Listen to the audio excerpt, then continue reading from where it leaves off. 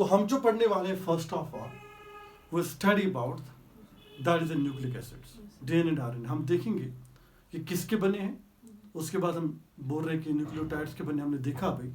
तो अगर हम जानेंगे कि न्यूक्लियोटाइड है क्या और न्यूक्लियोटाइड्स के अंदर कौन कौन सी चीज़ें प्रेजेंट होती है और वो बाइंड अप होके हमारे पास कैसे फॉर्म कर लेती है न्यूक्लियोटाइड को, फिर न्यूक्लियोटाइड्स मिलके आपस में कौन सा बॉन्ड जो है फास्फोडाइस्टर बॉन्ड वो कैसे फॉर्म कर लेते हैं, इस चीज़ को हम क्लियर करेंगे, ठीक है ना। तो हम क्या पढ़ने वाले हैं, we are discussing about is a nucleic acids. और न्यूक्लिक एसिड्स मैंने आपको पहले से ही बताया कि हमारे पास दो तरह के न्यूक्लिक एसिड। हम इसको पहले थोड़ा थ्योरेटिकल वे में देखेंगे, बाद में हम इसको स्ट्रक्चरली अंडरस्टैंड करेंगे, ठीक है ना।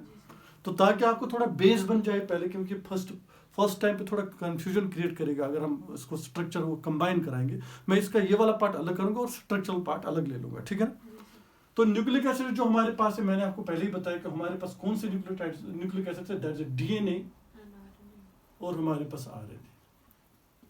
अगर हम दोनों की बात करेंगे, चाहे डीएनए हो चाहे आरएनए हो, they are formed of nucleotides, they are formed of nucleotides. या आप बोल भी सकते हो अगर बहुत सारे न्यूक्लियोटाइड्स मिल रहे हैं तो बन रहा है किसको, डीएनए आरएनए को। तो हम बोल भी सकते हो these are polymers of nucleotides, isn't it? You can call them as these are polymers of nucleotides. ये भी बोल सकते हो ना आप, yes easily, yes, isn't it? यहाँ आप बोल सकते हो it's a polynucleotide chain। दोनों में क्या है, polynucleotide chain। कभी आप भी बोल भी सकते हो अगर आपसे कोई पूछेगा what is a DNA, so you can call it a polynucleotide chain, isn't it? एक बहुत बड़ी चेन है न्यूक्लियोटाइड्स की, तो आप बोल सकते हो पॉलीन्यूक्लियोटाइड चेन, ऐसे भी नाम से आप इसको पुकार सकते हो।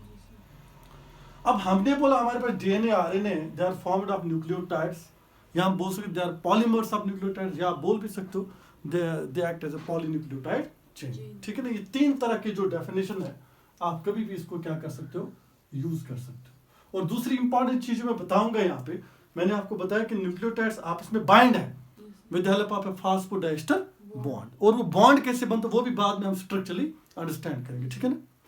अब हम लेते हैं पहले कि देखो बेटा, हम दोनों को ले आएंगे या अलग अलग से देखेंगे कि हमारे पास जो न्यूक्लियोटाइड्स होते हैं, बात याद रखना बेटा, अगर हम न्यूक्लियोटाइड की बात करेंगे, किसकी बात करेंगे, ये तीन चीजों का बना होता है। So nucleotide is formed of three things, it's formed of, ये किस किस का बना है। पहले अगर हम देखेंगे इसके अंदर होता क्या है, it consist of nitrogenous bases. क्या होती है इसके अंदर बेटा, नाइट्रोजनस बेसिस। एक तो इसके अंदर हो सकती है नाइट्रोजनस बेसिस, और दूसरा होता है पेंटोज शुगर। क्या होता है, और pentose sugar you know is a 5 carbon sugar, isn't it. और थर्ड वन जो इसके अंदर होता है दैट इज फास्फोरिक एसिड, या फास्फेट भी बोल सकते हो आप, फास्फेट। तो ये तीन चीजें आपस में मिलके किसको बनाते हैं, न्यूक्लियोटाइड को बनाते हैं। तो अगर आपसे कोई पूछेगा कि हमें बताओ कि न्यूक्लियोटाइड किस चीज का बना होता है, तो आप बोलोगे कि हमने बोला कि डीएनए आरएनए न्यूक्लियोटाइड्स का बना होता है। You should know about what is a nucleotide. फिर बाद में आप दो को जोड़ोगे फास्फोडाइस्टर बॉन्ड से, तीन को जोड़ोगे, ऐसे एक चेन बनेगी, डीएनए आरएनए बनेगा, यू नो अबाउट इट। लेकिन पॉइंट ये है कि न्यूक्लियोटाइड किस चीज का बना है, तो मैंने बोला तीन चीजों का बन सकता है, nitrogenous base, pentose sugar and phosphate, इन तीनों का बना है न्यूक्लियोटाइड। कहता है, बात आई मेरी समझ। अब अगर आपसे कोई पूछेगा, किसी जगह पे वर्ड यूज होता है न्यूक्लियोसाइड, क्या होता है वर्ड, किसी जगह पे वर्ड यूज होता है न्यूक्लियोसाइड। अगर आपसे कोई पूछेगा न्यूक्लियोसाइड है क्या, तो न्यूक्लियोसाइड याद रखोगे आप, it's a nitrogenous base, it's a nitrogenous base plus pentose sugar. अगर ये दो हो विदाउट फास्फेट, तो याद रखोगे ये दो आपस में क्या बनाएंगे, these two will form A nucleoside. तो विदाउट फास्फोरिक एसिड या फास्फेट की अगर हम बात करेंगे तो न्यूक्लियोसाइड बनेगा, विद फास्फेट की बात करेंगे तो हमारे पास तो न्यूक्लियोटाइड इन तीन चीजों का बना होता है, इजंट इट। ये तीन कंबाइन होकर न्यूक्लियोसाइड इन दो चीजों का बना होता है, ठीक है बेटा। आगे चले फिर, लेट्स टेक फर्स्ट है डीएनए। हम देखेंगे डीएनए के अंदर कौन सी नाइट्रोजनस बेस है और कौन सा शुगर है, वो चीज हम अंडरस्टैंड करेंगे। उसके बाद हम आरएनए के अंदर भी देखेंगे, ठीक है। रब करूं मैं, फिर उसको हम स्ट्रक्चरली अंडरस्टैंड करेंगे, ठीक है ना, क्योंकि स्ट्रक्चरली जानना जरूरी है। तभी तो चीजें अंडरस्टैंड हो जाएंगी।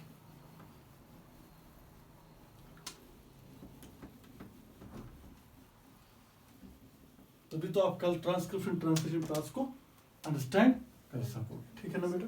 Let's see now, let's take the first one is a DNA. We see DNA is a polymer of nucleotides. Is a polymer of nucleotides. ये बोलते हैं ना बेटा? अब DNA के अंदर जो न्यूक्लियोटाइड है, याद रखो क्या है?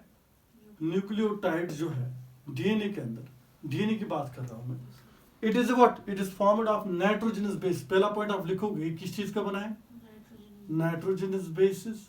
और देखेंगे कौन कौन सी नाइट्रोजनस बेसिस है, प्लस पेंटोज शुगर, और वो भी देखेंगे कौन सा पेंटोज शुगर है, प्लस फास्फेट बना है। Point to be noted. ठीक है ना बेटा? यहां तक आप समझ लेना। तो हम बोल रहे हैं कि डीएनए के अंदर जो न्यूक्लियोटाइड्स है वो तीन चीजों के बने हैं, nitrogenous base, pentose and phosphate के। ठीक है ना बेटा? अब क्वेश्चन अराइज होता है कौन कौन सी नाइट्रोजन बेस प्रेजेंट होती है। यहाँ पे 4 नाइट्रोजनस बेस प्रेजेंट होती है। कितनी होती है? 4 नाइट्रोजनस बेसिस यहाँ पे क्या होती है? प्रेजेंट होती है। लेकिन नाइट्रोजनस बेस को हम बाद में डिटेल में देखेंगे, कौन प्यूरिन है, कौन पायरिमिडीन है, वो बाद में देखेंगे जब मैं इसको स्ट्रक्चरली पढ़ाऊंगा। लेकिन हम बोल सकते हैं कि यहाँ पे 2 तरह की नाइट्रोजनस बेस है। ठीक है ना बेटा? कौन कौन सी, और स्ट्रक्चरली मैं अलग से इसको समझाऊंगा कौन कौन सी बेस है। एक है हमारे पास प्यूरिन्स, और प्यूरिन्स किनको बोलते हैं वो बाद में भी देखेंगे। और second one is a pyrimidines. Purines के अंदर डाइसाइक्लिक स्ट्रक्चर होता है, बड़ा स्ट्रक्चर होता है, डाइसाइक्लिक 2 एरोमेटिक रिंग्स होती है, इसके अंदर एक ही होती है पायरिमिडीन के अंदर। तो प्यूरिन जो यहाँ पे है 2 है, और पायरिमिडीन भी 2 है। कौन कौन सा प्यूरिन है? एडेनिन, गावानिन, ये 2 प्यूरिन्स है। और पायरिमिडीन भी 2 है, that is cytosine and thymine. तो ये याद रखोगे आप, 2 प्यूरिन्स होते हैं, 2 पायरिमिडीन्स होते हैं, किसके अंदर? डीएनए के। So DNA is having the 4 nitrogenous bases in a nucleotide. One is purines, that is adenine and guanine, and second one is a pyrimidine, that is cytosine and thymine. अब sugar कौन सा है यहाँ पे? ये point important है। Sugar pentose ही है, लेकिन यहाँ पे जो शुगर प्रेजेंट होता है that is a deoxyribose sugar. What is this present here? Deoxyribose sugar यहाँ पे क्या होता है? प्रेजेंट होता है। और फिर क्या होता है? फास्फेट्स होते हैं। ये पॉइंट ऑफ याद रखोगे। तो अगर हम डीएनए की बात करेंगे, अगर आपसे कोई पूछेगा कि डीएनए के अंदर क्या होते हैं, तो आप बोलोगे इट्स अ पॉलीन्यूक्लियोटाइड चेन। तो आप बोलोगे कि न्यूक्लियोटाइड के अंदर क्या है, तो आप बोलोगे 3 चीजें, nitrogenous base, pentose sugar and phosphate. फिर आपसे वो पूछेगा कि नाइट्रोजनस बेस किस तरह की, तो आप बोलोगे 2 तरह की, एक है प्यूरिन्स और दूसरी है पायरिमिडीन्स। ठीक है? प्यूरिन्स के अंदर हमारे पास एडेनिन है, गवानिन, हम इसको स्ट्रक्चरली देखेंगे, बाद में डिफरेंस करेंगे। और पायरिमिडीन 2 तरह के, साइटोसिन एंड थायमिन। और अगर आपसे पूछेगा शुगर कौन सा है, तो आप बोलोगे डीऑक्सीराइबोज शुगर, और फिर फास्फेट से। तो ये तरह की चीजें आपको याद रखनी, ये आपको मिलेंगे डीएनए के अंदर, और यही 2 चीजें जो है डिफरेंशिएट करनी चाहिए आपको। ठीक है ना?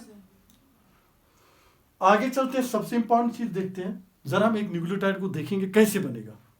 लेट्स सी, मैं तो थ्योरेटिकली बना रहा हूं, बाद में हम इसको स्ट्रक्चरली बनाएंगे। ठीक है ना बेटा? क्योंकि चीजें पहले क्लियर होनी चाहिए, तभी तो स्ट्रक्चर आपको इजीली फिर समझोगे ये चीज इसके साथ बाइंड होगी। देखो बेटा, अगर हमारे पास प्यूरिन जो है वो एडेनिन है, क्या है बेटा? बात सुनना मेरी, एडेनिन, प्यूरिन की बात कर, और हम इसको ऐड कर रहे हैं डीऑक्सीराइबोज शुगर। क्या ऐड कर रहे हैं बेटा? Deoxyribose sugar. क्यों? क्योंकि डीएनए की बात हम कर रहे हैं। ठीक है ना बेटा? तो उसमें डीऑक्सीराइबोज है। तो हमारे पास बनेगा क्या? If we combine the nitrogenous base with the sugar only, what will be formed? Nucleoside. इसे मैंने पहले ही बताया।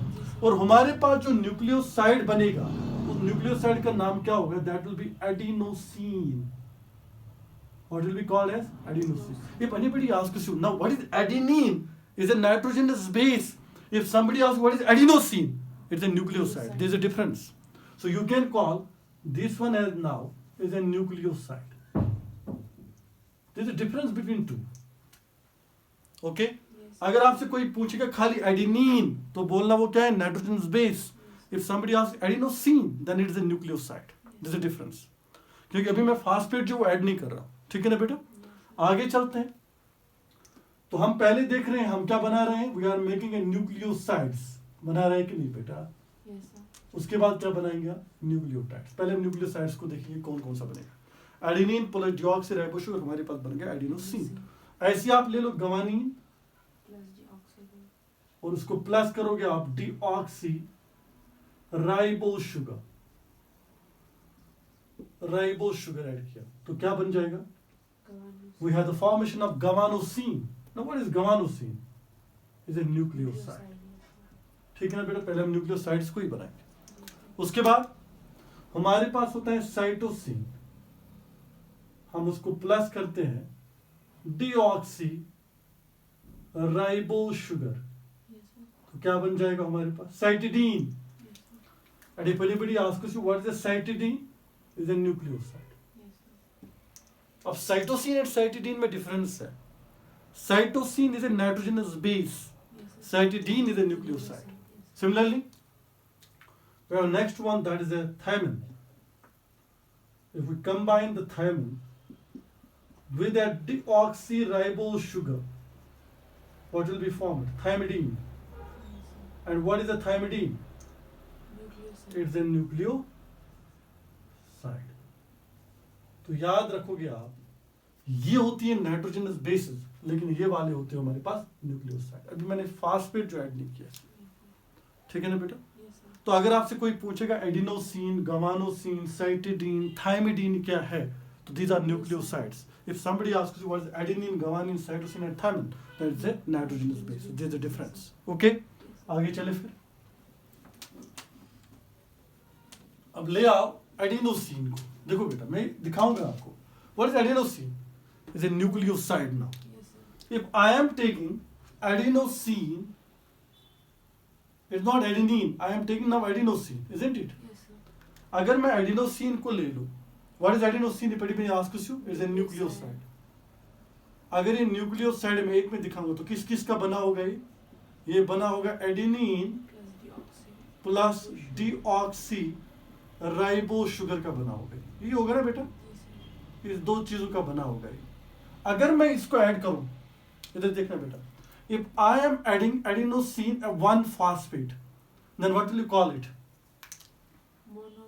Adenosine monophosphate. ये बोलोगे ना बेटा। Yes, sir. If I am adding it at 3 phosphate, then what you call it? Adenosine. Adenosine triphosphate. That means if adenosine is combined with the 3 phosphates, then it will form a adenosine. Triphosphate. It will form an adenosine triphosphate. And for a simplicity, we write it ATP. Hmm. Now, what is ATP? Adenosine triphosphate. Isn't it energy-rich compound, but it's a nucleotide. Yes, sir. बात आई मेरी समझ में? Yes, sir.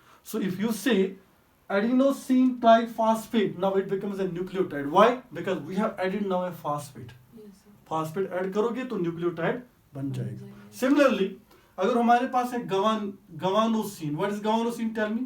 Nucleoside है ये। Yes, sir. इसका मतलब इसमें guanine है डिऑक्सीराइबोसुगर कंबाइन हो गया है। अगर आप इसको भी ऐड करोगे 3 phosphate, it will form a guanosine triphosphate, GTP. Yes, sir. What is GTP now?